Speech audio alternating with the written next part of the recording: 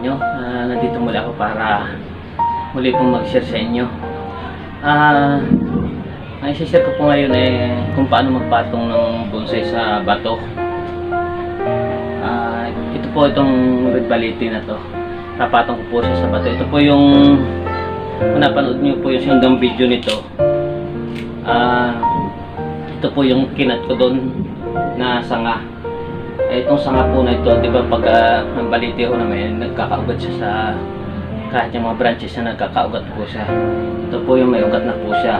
Nakalapat na po ito sa lupa, yung ugat niya mahaba. Kaya lang, hindi ko po siya pinutol ng maikli dahil papaka po nga po siya sa bato.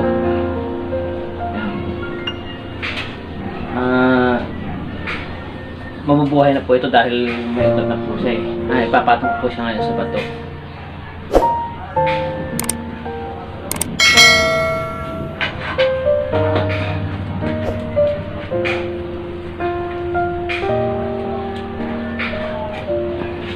Andito ko po siya ipapatong.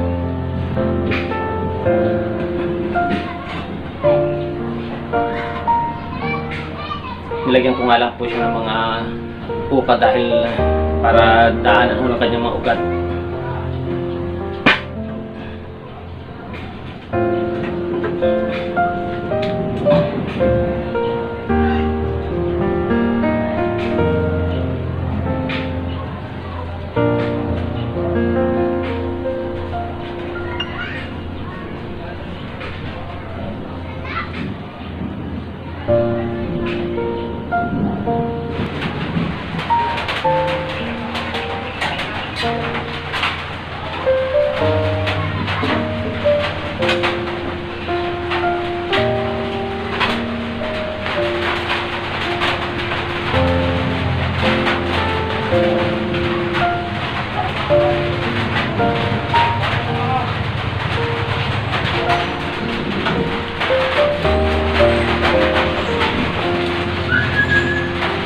Tatali ko po siya para hindi gagalaw.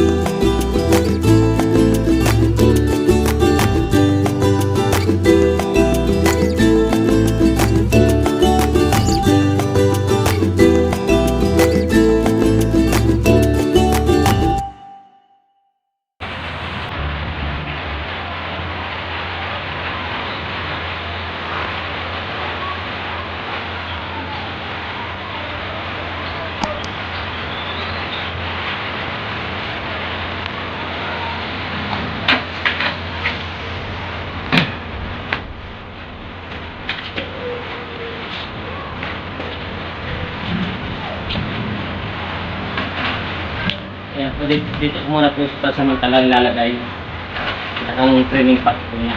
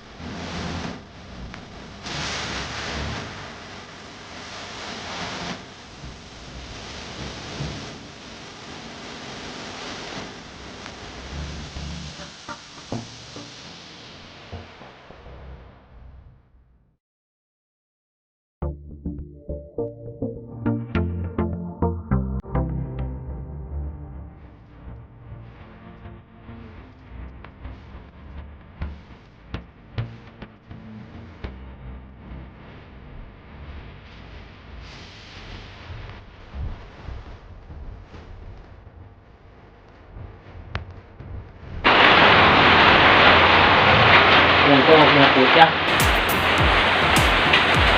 Hindi naman po masilan itong Rivalite kaya siguradong mabubuhay po ito. Dire-diretso na po ito dahil may ugat na puso eh. Ito, isang linggo na nga po nakalipas nito. Umpisa nung inulsat ko po yung pinagtanggalan ko nito. Isang linggo na po nakalipas. Hindi ko nalalakot sa dahon. Medyo binababad ko na lang sa tubig.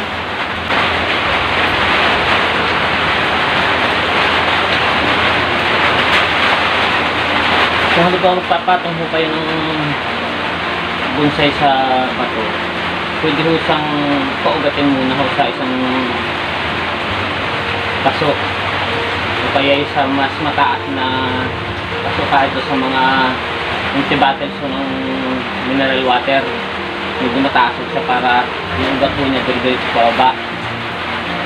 Pwede siyang ilagay agad sa bato pag tinanggal ho siya doon sa pinagtaniman ninyo.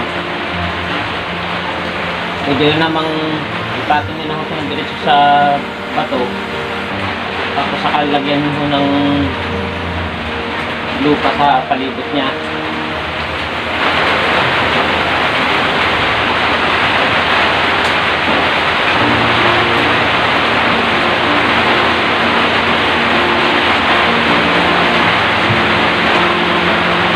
Ito inabot na ako ng ulan. Muli po sa mga hindi pa nakapag-subscribe sa aking channel. Pakisubscribe po para mapanood nyo po itong mga